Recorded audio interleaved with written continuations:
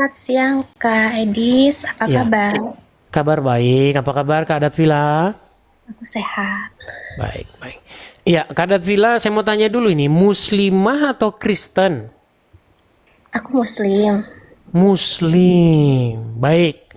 Apa yang mau Kak Datvila utarakan atau sampaikan? Oh, ini maaf ya sebelumnya Kak, aku sedikit tertarik nih Mm-mm. sama, maksudnya lebih lebih pengen tahu tentang Yesus gitu. Boleh nggak aku sedikit mengajukan beberapa Boleh, boleh, boleh, boleh. Tapi kita tes dulu ini. Banyak orang yang ngomong di bawah tes, tes, tes. Nah, karena nggak boleh orang di sini ngaku-ngaku nggak boleh. Ada tesnya. Biar nggak seperti Muhammad ngaku nabi jadi nabi betulan. Harus dites. ya. Coba, kalau Kak Datvila seorang muslimah, tolong bacakan surat ayat kursi. Oke. Nah, Oke. Bismillahirrahmanirrahim. Allahu la ilaha illa huwal hayyul qayyum la ta'khudhuhu sinatun wa la nawm lahu ma fis samawati wa ma fil ardi man dzal ladzi yashfa'u indahu illa bi idzni ya'lamu ma baina sah. aydihim. Sah, muslim, muslim. Oke. Ini ada on the way ke Kristen atau memang masih muslim betulan? Aku muslim beneran kakak. Tidak ada on the way ke Kristen begitu, tidak ada ya? Cuman saya ada tertarik sedikit gitu. Saya sering nonton nih acaranya Kak Edis ini. Mohon maaf ya untuk saudara-saudara yang muslim. Saya sering nonton, cuman sedikit pengen tahu pengen tahu nih tentang Yesus nih gitu. Boleh? Silakan, silakan. Walaupun sebenarnya ada acara khusus besok di situ. Silakan. Apa yang mau Anda tanyakan seputar kekristenan? Yang pertama nih, maaf ya Kak, Mm-mm. hmm, awal asal usulnya Yesus Kristus itu bagaimana sih kok bisa tiba-tiba dia bisa disebut sebagai Tuhan Yesus? Itu bagaimana? Ya, jadi begini. Jadi pertama kita harus tahu dulu tentang konteks budaya apa yang sedang terjadi pada waktu itu. Jadi, di tengah-tengah bangsa Yahudi, mereka itu pada waktu itu menanti-nantikan seorang Mesias, the Messiah kalau bahasa bahasa Ibraninya. Nah, lalu lahirlah seseorang yang bernama Yeshua. Nah, Yeshua itu dipercayai sebagai sang Mesias itu. Nah, gelar bagi sang Mesias itu, kalau orang Ibrani itu panggilnya Adon. Hmm. Atau bahasa Inggrisnya itu Lord. Bahasa Arabnya itu Rob. Atau bahasa Indonesianya itu Tuan atau Tuhan, sama itu. Dan bahasa Jawanya itu Gusti. Seperti itu. Oke. Dan yang saya dengar nih Kak, Mhm. Bunda Maria itu mengandung bayi tanpa menikah dan melahirkanlah Tuhan Yesus. Saya berpikir, apakah kok Tuhan Yesus dilahirkan gitu loh? Maksudnya harus keluar dari batu begitu. Ya enggak gitu Kak. Saya Terus bingung gimana? gitu, asal usulnya gitu. Eh, eh, Ya, apakah sebenarnya itu ada dalam Injil ya. Makanya saya sarankan, kan di dalam agama Islam itu sebentar, kan di dalam agama Islam ada satu ayat yang mengatakan untuk beriman kepada Injil. Betul? Nah, di betul dalam itu? Injil itu diceritakan bagaimana tentang kelahiran Yesus. Mau saya bacakan? Boleh? Baik, saya bacakan. Kita buka Lukas pasal yang pertama ya. Baik. Bagaimana tentang kelahiran Yesus Kristus di dalam Injil Lukas pasal yang pertama. Baik, kita mulai dari ayat yang ke-26 ya. Dalam bulan yang ke-6, Allah di sini bukan Allah ya. Allah di sini bahasa Yunaninya ini Theos atau bahasa Ibraninya itu Elohim. Ini tidak merujuk kepada Allahnya orang Islam. Masih. Baik. Dalam bulan yang ke-6, Allah menyuruh malaikat Gabriel pergi ke sebuah kota di Galilea bernama Nazaret kepada seorang perawan yang bertunangan dengan seorang bernama Yusuf dari keluarga Daud. Nama perawan itu Maria. Ketika malaikat itu masuk ke rumah Maria, ia berkata, "Salam, hai engkau yang dikaruniai, Tuhan menyertai engkau." Maria terkejut mendengar perkataan itu, lalu bertanya di dalam hatinya, apa arti salam itu? Kata malaikat itu kepadanya, "Jangan takut hai Maria, sebab engkau beroleh kasih karunia di hadapan Allah. Sesungguhnya engkau akan mengandung dan akan melahirkan seorang anak laki-laki, dan hendaklah engkau menamai dia Yesus. Ia akan menjadi besar dan akan disebut sebagai anak Allah yang maha tinggi. Dan Tuhan Allah akan mengaruniakan kepadanya tahta Daud bapa leluhurnya. Ia akan menjadi raja atas kaum keturunan Yakub sampai selama-lamanya, dan kerajaannya tidak akan berkesudahan." Kata Maria kepada malaikat itu, "Bagaimana hal itu mungkin terjadi karena aku belum bersuami?" Jawab malaikat itu kepadanya, "Roh Kudus akan turun atasmu dan kuasa Allah yang maha tinggi akan menaungi engkau. Sebab anak yang engkau lahirkan itu akan disebut kudus, anak Allah. Dan sesungguhnya Elisabet sanakmu itu, ia pun sedang mengandung seorang anak laki-laki pada hari tuanya, dan inilah bulan yang ke-6 bagi dia yang disebut mandul itu," dan seterusnya dan seterusnya. Jadi kata Tuhan ya kepada Yesus itu adalah maksudnya dia itu the Messiah, itu sang Mesias yang dinanti-nantikan itu oleh orang-orang Yahudi. Seperti itu. Atau bahasa Jawanya itu Gusti. Jadi mereka, orang-orang Yahudi, menanti-nantikan seorang raja yang akan menyelamatkan. Bukan hanya menyelamatkan orang Yahudi, tetapi akan memberikan satu pemerintahan baru di muka bumi ini sampai selama-lamanya. Dan kami percaya Yesus akan memerintah selama-lamanya di muka bumi ini pada waktu kedatangan dia yang kedua kali. Yesus sudah memerintah sekarang, dan Yesus sudah membentuk kerajaannya dari zaman dahulu sampai sekarang. Dan umatnya sangat banyak. Makanya setiap orang yang takluk kepada Yesus, yang di hatinya Yesus memerintah, itulah pemerintahan Yesus. Jadi orang-orang Kristen yang menjadikan Yesus sebagai Tuhan atau Tuhannya, itulah umatnya, kerajaannya. Nah, nanti dieksekusi pada waktu kedatangannya yang kedua. Dia datang sebagai raja untuk memerintah di muka bumi ini sampai selama-lamanya. Seperti itu. Itu kapan kira-kira kebangkitan Yesus yang kedua kalinya? Bukan kebangkitan Yesus kedua kalinya, kedatangan. Oh iya, kedatangan maksudnya. Maaf. Ya, mengenai kedatangan Yesus yang kedua kalinya, ini tentu saja perkara yang tidak bisa kita katakan hari ini atau kapan. Karena Bible sendiri mengatakan demikian. Kedatangannya itu seperti pencuri di malam hari, maka kita disuruh berjaga-jaga saja. Seperti itu. Mengenai tanda-tanda kedatangannya diberitahukan, ya ada banyak sekali. Seperti itu. Yang jelas kita disuruh berwaspada atau siap siaga. Seperti itu. Oh maaf Kak, dalam bentuk apa itu kok berwaspada? Waspada karena pada waktu kedatangannya itu kita tidak tahu. Makanya kita disuruh berjaga-jaga, artinya kita tidak lengah. Dalam pengertian, karena kalau kita tidak turut, tidak mengikuti apa yang dia katakan, maka kita ini akan dicampakkan atau tidak termasuk bagian daripada umat kerajaannya. Oh begitu, paham. Bukankah dalam agama Islam juga ada keyakinan akan datangnya Isa? Isa itu sama ya dengan Tuhan Yesus, sama tidak? Ya, tentu sebenarnya tidak sama. Tidak sama. Tetapi merujuk kepada tokoh yang sama. Saya kasih contohnya begini. Isa di dalam Al-Quran itu punya ibu yang namanya Maryam. Setuju? Maryam, iya sih. Setuju. Itu ya Maria, ya Bunda Maria. Sama? Maryam, Coba Maryam. begini. Kita bukan masalah ngomongin sama atau tidak samanya.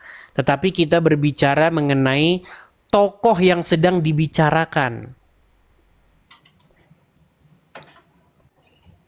Maksudnya begini, contohnya begini. Orang yang berbicara tentang Jokowi punya ijazah asli, UGM, dengan orang yang berbicara mengenai Jokowi yang tidak punya ijazah asli, itu sedang membicarakan tokoh yang sama, betul? Betul. Tetapi tidak mungkin ada dua Jokowi. salah satu berita tentang dia pasti tidak benar, kan begitu? Benar. Nah, sama dengan Isa dan Yesus. Isa dan Yesus itu sebenarnya tokoh yang sedang dibahas itu sama, tetapi tidak mungkin ada dua Yesus. Makanya kesimpulan saya, Isa itu adalah Yesus tiruan atau Yesus KW yang dikarang oleh orang-orang Arab. Nah, tapi meskipun demikian, saya mau tanya begini. Bukankah sosok Isa, anaknya Maryam, yang lahir tanpa persetubuhan antara laki-laki dan wanita itu akan datang kelak di dalam agama Islam? Tahu? Tahu, benar. Akan datang ngapain dia? Yang saya dengar datang untuk menyelamatkan seluruh umat manusia. Ya sama berarti kan.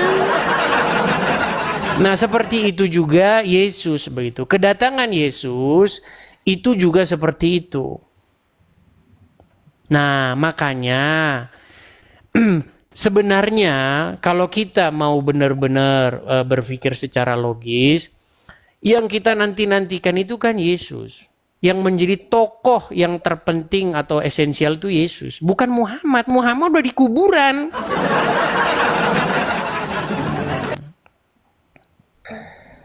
Seperti itu. Jadi maksudnya begini, saya bahasakan sederhana. Kalau kita membahas hal yang jauh, Kak Datvila itu belum nyampe ke sana.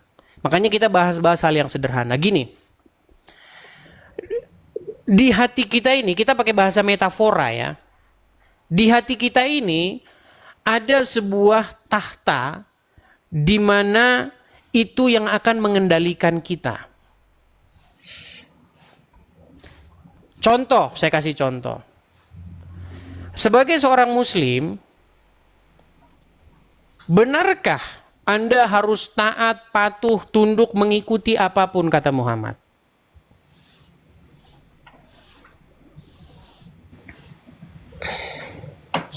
Halo? Iya. Oke. Artinya ibarat kata kalau bahasa metaforanya hati Anda itu ada yang bertahta di situ, Muhammad, betul? Sure. Nah, makanya saya bilang menjadi seorang muslim artinya membuat hidupmu dikendalikan oleh Muhammad. Dan ketika kamu dikendalikan oleh Muhammad, kamu akan melakukan kehendak kemauan dia. Apa kemauan Muhammad itu? Hal-hal yang berbahaya bagi keberlangsungan umat manusia. Iya. Berbahayanya seperti apa, Kak? Berbahayanya seperti ini. Menurut Muhammad, kamu kalau melihat orang-orang Yahudi maupun orang-orang Nasrani harus diapain?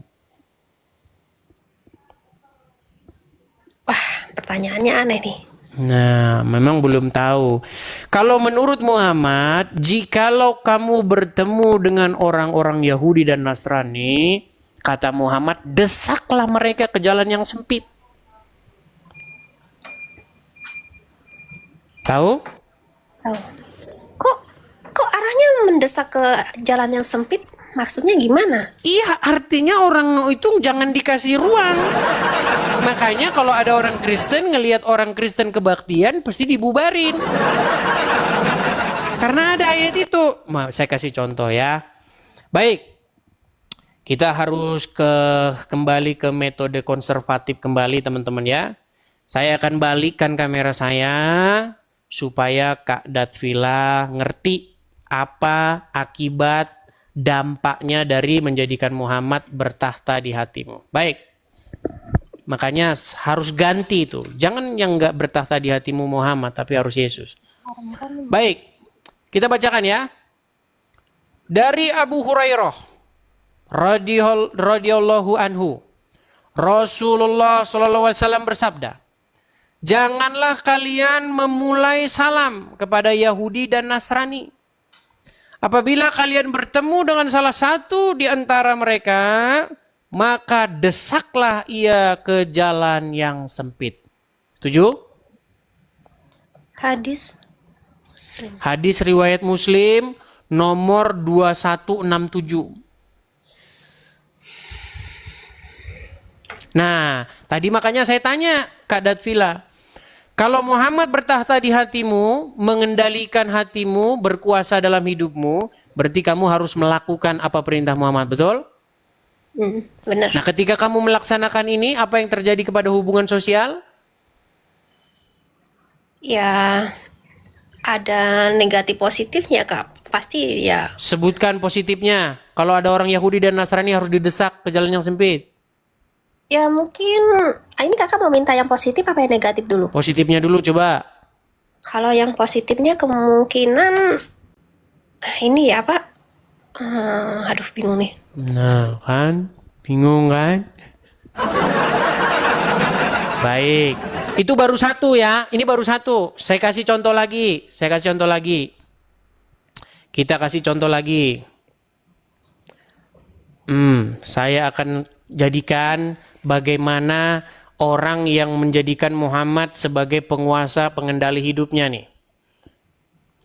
Dikatakan dari Abu Sa'id Al-Khudri dan seterusnya, Nabi SAW bersabda, jangan engkau berteman kecuali dengan orang beriman, dan jangan memakan makananmu selain dari orang yang bertakwa. Contoh, Kak Datvila seorang muslimah menjadikan Muhammad yang bertahta di hati. Kalau ada tetangga orang Nasrani atau non-muslim, orang yang tidak beriman, datang meminta makan karena lapar, tidak punya makanan, bolehkah Anda beri makan? Boleh dong, karena dia Ini kelaparan. dikatakan ini. Jangan memakan makananmu selain dari orang yang bertakwa. Nah, bertentangan kan? Selama ini Kak Datvila kalau lihat tetangga kelaparan, tetangga tak punya beras, hidup susah, boleh nggak kasih beras? Pasti boleh kan? Pasti boleh. Nah, ternyata itu melanggar perintah Muhammad. Kata Muhammad, jangan memakan makananmu selain daripada orang yang bertakwa nih. Nah, sedangkan apa yang dikatakan oleh Yesus, itu bertolak belakang dengan apa yang dikatakan Muhammad. Apa kata Yesus? Kalau kamu hanya mengasihi orang yang mengasihi kamu, apa upahmu? Apa kelebihannya? Bukankah itu impas? Kalau kamu hanya mengasihi orang yang mengasihi kamu, apakah jasamu? Apakah upahmu? Beda kan? Begitu.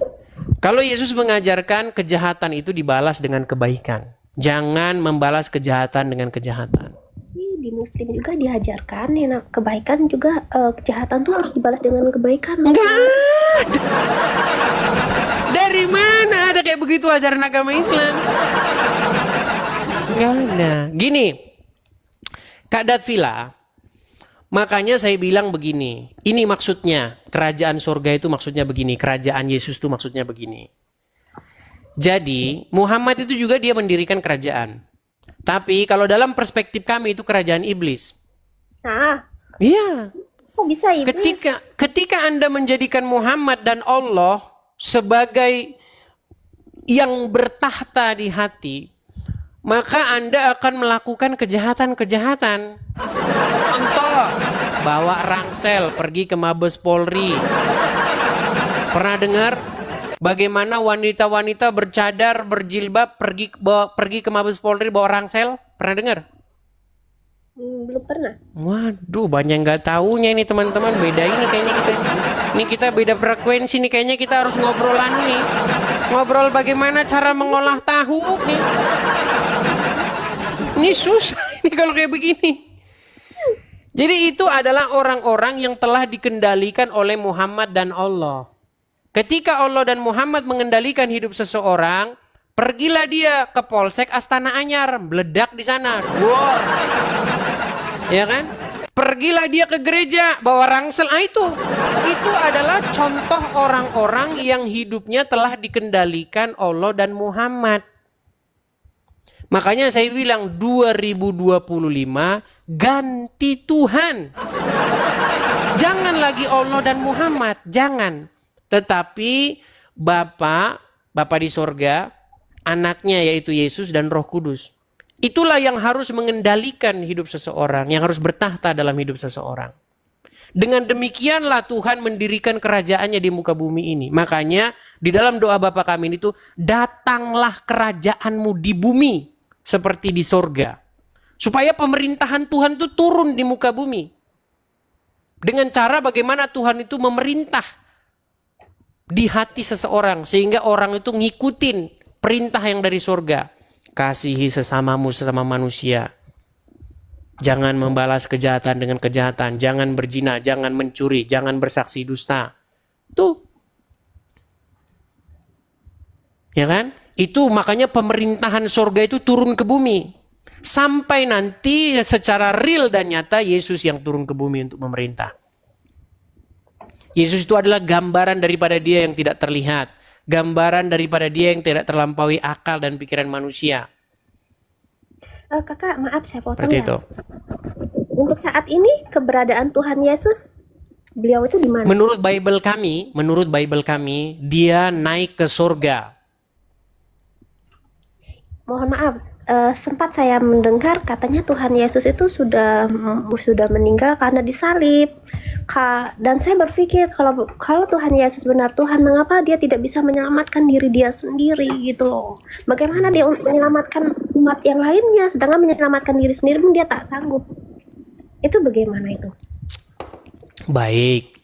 Kalau Yesus bangkit dari kematiannya, mengalahkan maut itu yang menguasai dirinya, apakah itu kemenangan atau kekalahan menurut Anda?